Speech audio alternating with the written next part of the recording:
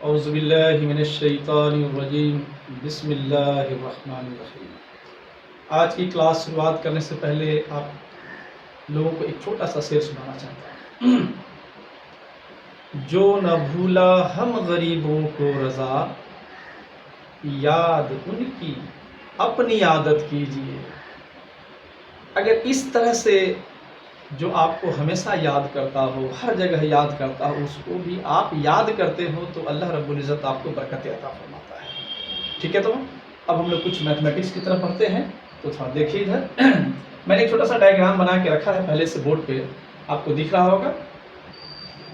Actually इसमें मैं बताना ये चाह रहा था कि है तो ये क्लास 10 से ये स्टार्ट होता है, डिस्टेंस फार्मूला के लिए डायग्राम बनाया गया है, लेकिन आप जानते हैं अच्छी तरह से कि आपने जो कुछ पढ़ा है उसमें कुछ एरर रह जाता है, और मैं आज उसी को सुधारने के लिए आपके सामने आया हूं, और इस क्लास को आप इसी तरह से एंजॉय करें। जैसे आप डायग्राम बनाते हैं तो नॉर्मली आप देखते हैं कि ये रेक्टेंगुलर एक्सिस है। क्यों?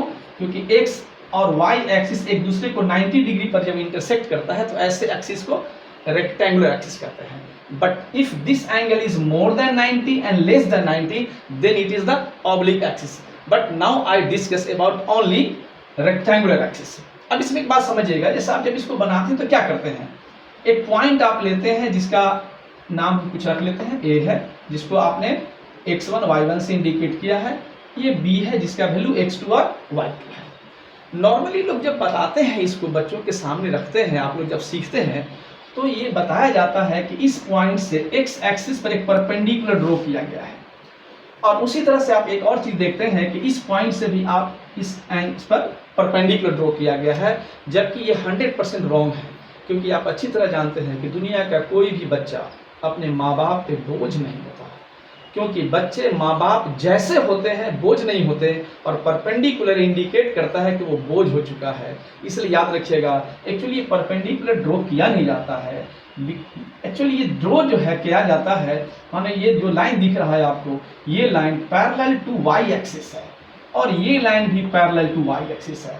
But this axis is belongs to rectangular axis, so अगर ये दोनों लाइन पैरेलल हो जाए तो आप जानते हैं by corresponding angle this angle is equal to this angle, so this is the 90, so it's a 90। तो ये 90 जब इस पैरेलल होने की वजह से हो जाता है तब वो रेक्टेंगुलर एक्सिस की वजह से परपेंडिकुलर कहलाता है, न कि रहता है।